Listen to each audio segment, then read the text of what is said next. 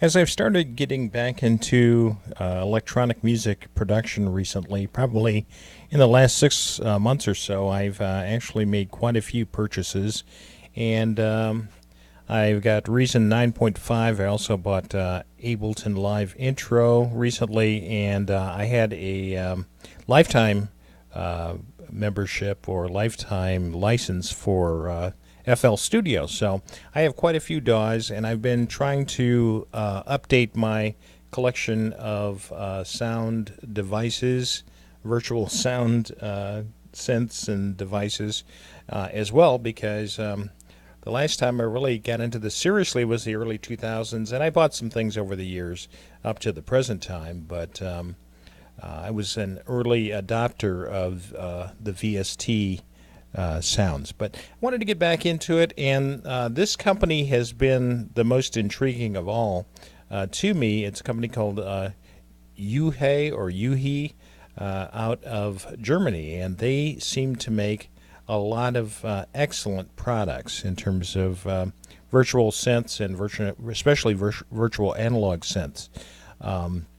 And I've added 3 to my collection so far, and I hope to review them. One thing I do like about them, well, actually 2 things I like about them, is they do have a number of free synths that you can get. If you look under their facts section here, and you look under their downloads and links, you will see that they have a bunch of free synths. Podolsky, Zebralet, Triple Cheese, Tire 2, NS6, Zebra CM, which you can get if you buy Computer Music Magazine, and some other stuff. And I downloaded and played with a lot of the free versions, the free VSTs, and was really, really impressed. So I decided to actually buy some of their synths. The first one I bought is the one I'll be talking about today, and that's a synth called Hive. A lot of people call this their Silent Killer because it is similar in architecture to Silent, and the whole idea behind the synth was to be super fast in terms of being able to create sounds very quickly, super sound quality, and also very low in terms of a hit on your resources. So if you're using this on a less powerful CPU, it says it was engineered to be light on CPU and won't slow you down while you work. So fast and simple, doesn't offer a ton of waveforms, but is very, very impressive nonetheless, and I'm very, very happy with it. This is Hive. I actually have it set up for an alternate display here. I use the honeycomb skin. They do have an original skin also, which is the blue skin, but I like the honeycomb. A little bit easier on my eyes and better contrast, I would say. But I do like the fact that within the program they do allow you to change some things. You can change the gamma, the text anti-aliasing, etc. So these synths seem to be very well designed, and I think this is a synth if you're looking for something for EDM especially. This seems to be what it's targeted after, or just standard virtual analog synthesis that's pretty light on your resources. This seems to be an excellent synth. As I said, it doesn't offer a lot in the waveform department compared to a lot of other synths, but this is really designed to do your bread and butter analog sounds. But the sound quality is excellent. And that's the sound that you get when you actually just start it up. One thing I also found interesting about this synth as I went through it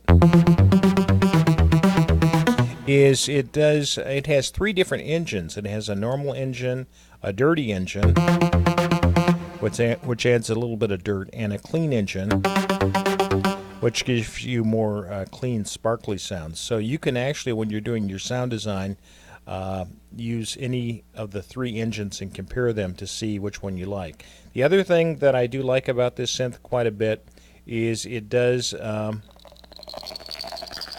do a wide range of sounds. I mean, it's another what I would call a library synth, in that it can do a lot of different things and do them well. You can see it does have a pretty good library here, and there are a lot of free sounds available also on the Uhe website. But the sounds that it does include will keep you busy for a long time, and very professional and well designed. Also, as I said, you can get all kinds of sounds, and not just sounds applicable to electronic dance music, but also just your standard fare of analog type sounds. And as I said, the sound quality is very, very good, if not excellent, on the synth. It also supports your unison, so you can get the super saw type sounds that everybody likes nowadays. It goes up to 16 voices. It has 2 oscillators, 2 sub-oscillators, 2 filters, 2 amps, and 2 mod envelopes, 2 amp envelopes, 2 mod envelopes, 2 LFOs. Very, very standard type of architecture. And it does have matrix modulation with 12 slots there.